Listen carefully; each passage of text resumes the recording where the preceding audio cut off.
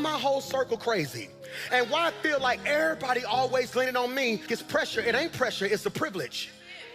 God put you in the circle not to fit in, but to be the example. God needed them to see what faith actually looked like. They should have a whole separate group thread about you.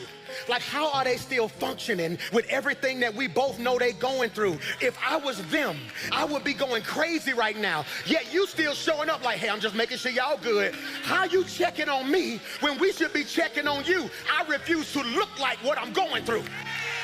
You want to know why God got you in a circle that needs you? Because he need one of y'all to be the example.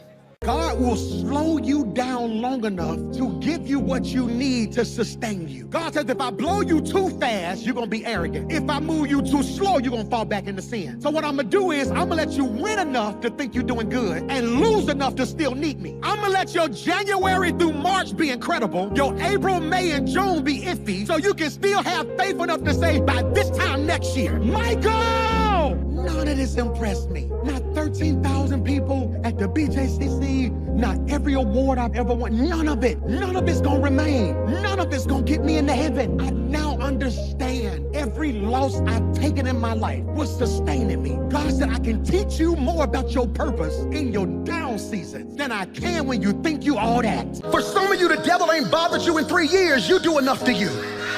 Many of us fail because we make distant decisions. You don't pray enough to know if you want to date. When they say I want to be with you, what you should say is, let me go pray. See, when I make distant decisions, they become detrimental to my destiny. Because now I am deciding without God. Well, they offer me $20,000 more, but you ain't praying. So how you don't know the devil showed you 20,000? Because you're going to get over there and the whole company going to shut down. Stop making distant decisions and blaming them on the devil. You're going to get to the judgment gate and they're going to be like, depart from me, but God. You're going to say the devil. I'm like, no, I don't know that one. I never had to drive them crazy. They kept making distant decisions. They pick dumb people, go dumb places, do dumb stuff, then expect you to deliver them. And God is like, I wouldn't have to keep delivering you if you would just close the gap and let me help you make the decision.